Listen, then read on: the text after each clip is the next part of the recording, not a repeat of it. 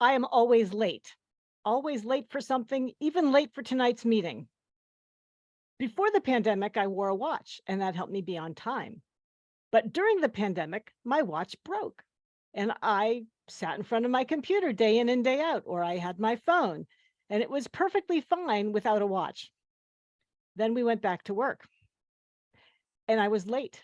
I would be in my office and I'd wander out to go talk to somebody by the water cooler and I'd forget what time it was and I'd be late for a meeting and my boss said, "You need to get a watch." So I got a watch. The other thing I got was a buddy.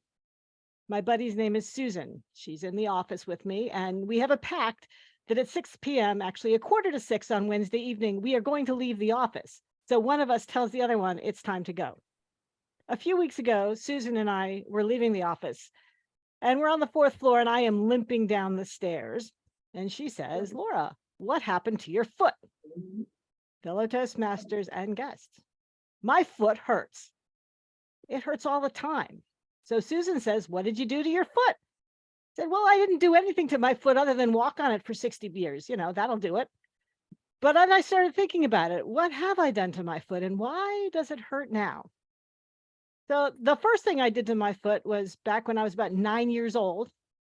We were on a Girl Scout camping trip someplace in rural Maryland. There was a farm. The farm had a barn. The barn had a hayloft. Somebody had the brilliant idea of going up to the hayloft and jumping down to the pile of hay below. And like lemmings, all the Girl Scouts are going over the top of the wall, over into the hayloft, into the pile of hay. 2 of us got hurt. My friend broke her foot. I was lucky. I just sprained it. We did the whole 9 yards with the emergency room and the x-rays. And I was taking ballet pretty seriously at that point, but I never really danced again because it took years. I mean, years before I could wake up in the morning and I didn't have a stiff foot. And it hurt. Reminded me for a long time. Of course, it's a story for another day, but that's why I ended up playing the flute, is because I could no longer dance. But that's not the part of my foot that hurts now. And it took a long time, but it eventually stopped. So then there was, when I was at Yale, I was an ice skater. I kept trying to do this artistic athletic stuff, but it just didn't work. And I did this thing, we were learning to do jumps and spins. And I was doing, I don't know, a waltz jump, which when you see the Olympics and they're doing these triple double axels and toe loops and all these things, I don't know what all those things are. I was doing something very simple, which is a waltz jump. You're going backwards, you put your left foot behind you and you do a quick spin, half a turn, you end up on your back foot. I'm actually pretty good at those. But at some point I fell and busted my knee.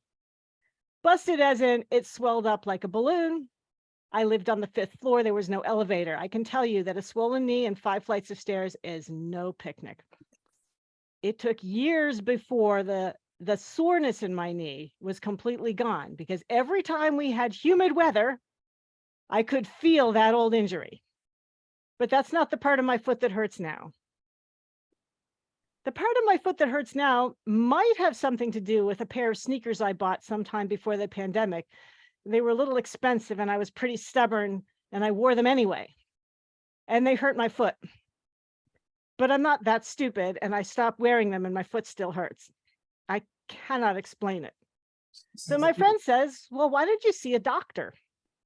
I could see a doctor, but we all know about the placebo effect. As soon as I make an appointment, and it'll take at least 2 months to get one, it'll be gone. So I should make the appointment because then I'd have some relief. I could also take Tylenol. My kids have pain. They call me, "Mom, my foot hurts." And I say, "You shouldn't sit in pain. You should take Tylenol. Why should you be walking around with a sore foot?" But I don't take my own advice. I'm walking around with a sore foot or limping around with a sore foot. And yet, the other day, during the Cherry Blossom Festival, I walked all the way around the tidal basin with no problem. I can't explain it. It really stinks getting old. And that's maybe really the point here. I remember when my mother-in-law was still alive and she had first moved to Ringhouse or Landau House, and she was complaining about some ache or pain. She was in her late 80s, early 90s. And I said, "Mom, I hope you live to 120. And she said, "Oh, I hope not." She says, "If I'm going to feel like this for the next however many years, I'd rather not." And that really made me think, because that was, more than 10 years ago. And I think I understand what she meant about living with constant pain. So I haven't done anything about this pain in my foot, and I don't know that I'm going to. Just going to keep walking on it. I don't think I did anything in particular. I don't think there's an injury. It doesn't seem to be getting worse. I'm going to complain about it because, well, what do you get to do when you get older? You get to complain about it. They call it the organ recital, right? I could go find myself some boffin about podiatry, but I probably won't do that either. I probably don't have time. My job is interesting. My father just came home from the hospital after a 12-day stay. I've got what to do, and my foot's relatively unimportant considering everything else that's going on in the world. On the other hand, I probably should do something one of these days, because I'm just going to get older and something else will hurt. In fact, although I'm sitting down, my foot feels pretty good right now. But you know what? My hand hurts. Thank you very much.